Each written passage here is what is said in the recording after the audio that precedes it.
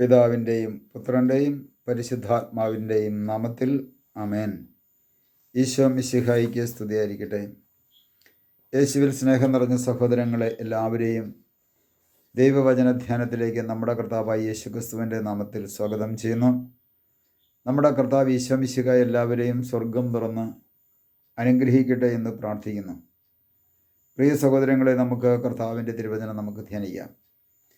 മീക്കായുടെ പുസ്തകം 2-ാം അധ്യായത്തിൻ്റെ 1-2 തിരുവചനം വായിക്കുമ്പോൾ, കിടക്കയിൽ വെച്ച് തിന്മ നിരൂപിക്കുകയും ദുരുപായങ്ങൾ ആലോചിക്കുകയും ചെയ്യുന്നവർക്ക് ദുരിതം.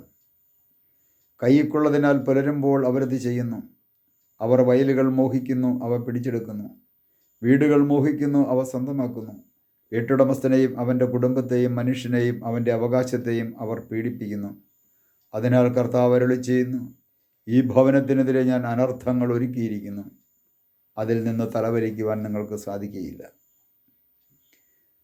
കിടക്കയിൽ വെച്ച് തിന്മ നിരൂപിക്കുന്നതിൻ്റെ അടിസ്ഥാനപരമായ കാരണം എന്താണ്?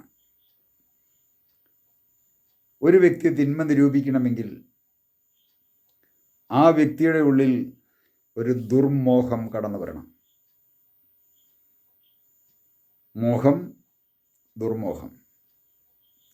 ദുർമോഹങ്ങൾ കടന്നു വരുമ്പോഴാണ്, പ്രിയ സഹോദരങ്ങളെ, നമ്മൾ അതിൻ്റെ പരിണിതഫലമായിട്ട് പല തിന്മകളിലേക്കും പോയി ചാടും. ചിലരെ സംബന്ധിച്ചുള്ള ദുർമോഹം എത്രമാത്രം വസ്ത്രമുണ്ടെങ്കിലും അവർക്ക് തികയത്തില്ല. ഉള്ളതെല്ലാം മേടിച്ച് വലിച്ചു വാരി കൂട്ടിയിടും. 1-2 പ്രാവശ്യം ഉപയോഗിക്കും, ബാക്കിയെല്ലാം അവിടെ ഇട്ടേക്കും.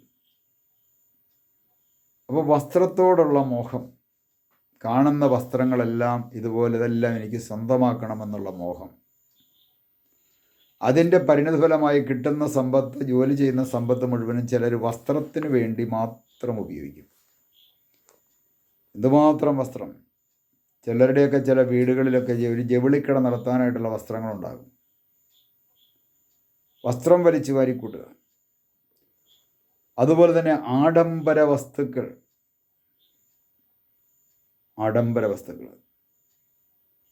പരിശുദ്ധ കത്തോലിക്ക സഭയിൽ, പ്രത്യേകിച്ചും സിറോ മലബാർ സഭയിൽ, ശവസംസ്കാരത്തിന് പാടുന്നൊരു പാട്ടിൻ്റെ ഒരു ഈരടിയുണ്ട്. ആഡംബരവും പ്രൗഢിയുമെല്ലാം നാശോന്മുഖമായി നിഷ്ഫലമാകും. ആഡംബരത്തിന് വേണ്ടി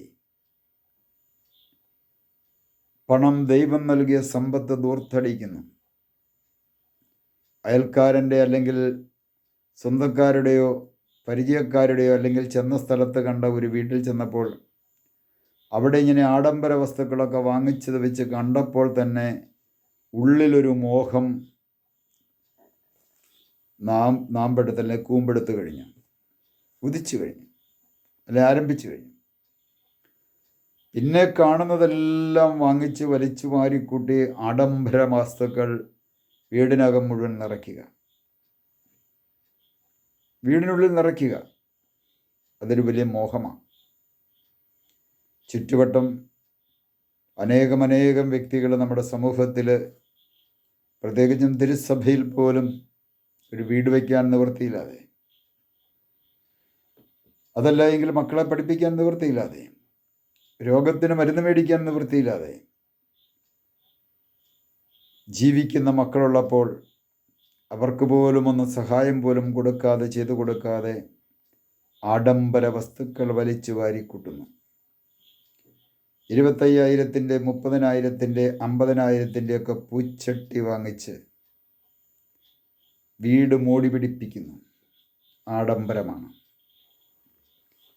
ഇങ്ങനെയുള്ള വ്യക്തികൾക്ക് ദൈവത്തിൻ്റെ കൃപ കിട്ടുമെന്ന് ചിന്തിക്കുന്നുണ്ടോ? ഈ അടുത്ത കാലഘട്ടത്തിൽ ഒരു വിവാഹ സദ്യക്ക് പോയ ഒരു വ്യക്തി പറയുകയായിരുന്നു, എന്നോട് പറഞ്ഞൊരു കാര്യമാണ്. ഒരു നേരത്തെ ഭക്ഷണത്തിന് 1000 രൂപ, അവരെടുത്ത ഓഡിറ്റോറിയത്തിന് ഒരു ദിവസത്തേക്ക് 2 ലക്ഷം രൂപ വാടക. ഒരു നേരത്തെ ഭക്ഷണത്തിന് 1000 രൂപയുടെ ഭക്ഷണം. കണ്ണു തള്ളിപ്പോയി കേട്ടപ്പോൾ. അങ്ങനെ ഏതാണ്ട് 1000 പേർക്കുള്ള ഭക്ഷണമായിരുന്നു. എന്തായിരുന്നു ചിലവ് എന്ന് ചിന്തിച്ച് നോക്കണമേ. പ്രിയ സഹോദരങ്ങളെ, ഇങ്ങനെയെല്ലാം വലിച്ചു വാരി കൂമ്പാരം കൂട്ടുകയും ദൈവം നൽകിയ സമ്പത്തിൻ്റെ മേഖല ദുരുപയോഗിച്ചുകൊണ്ട് ഒന്ന് വലിച്ചു വാരി കൂമ്പാരം കൂട്ടുക, രണ്ടാമതായി അതിനെ ചിന്നിച്ചിതറി നശിപ്പിച്ച് കളയുക വലിയൊരു തിന്മയാണ്. അതുപോലെ തന്നെ സമ്പത്ത് ഉണ്ടാക്കുന്നതിന് വേണ്ടി, സമ്പത്തിന് വേണ്ടിയിട്ട് നെട്ടോട്ടമോടുന്ന വ്യക്തികൾ, അതുപോലെ തന്നെ അധികാരം സ്വന്തമാക്കുവാൻ വേണ്ടി, മാനേജരാകാൻ വേണ്ടി, അല്ലെങ്കിൽ അതിൻ്റെ ലീഡറാകാൻ വേണ്ടിയിട്ടുള്ള മോഹം,